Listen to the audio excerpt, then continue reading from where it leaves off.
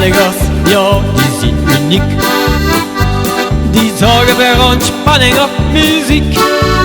Door omstandigheid te zingen en een ode brengen. Een verrassing, zeg nou zelf, dat is toch chic.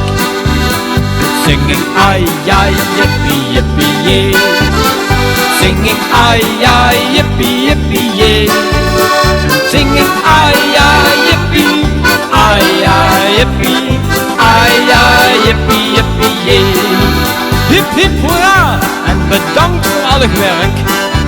We zijn heel blij met u, want samen staan we sterk.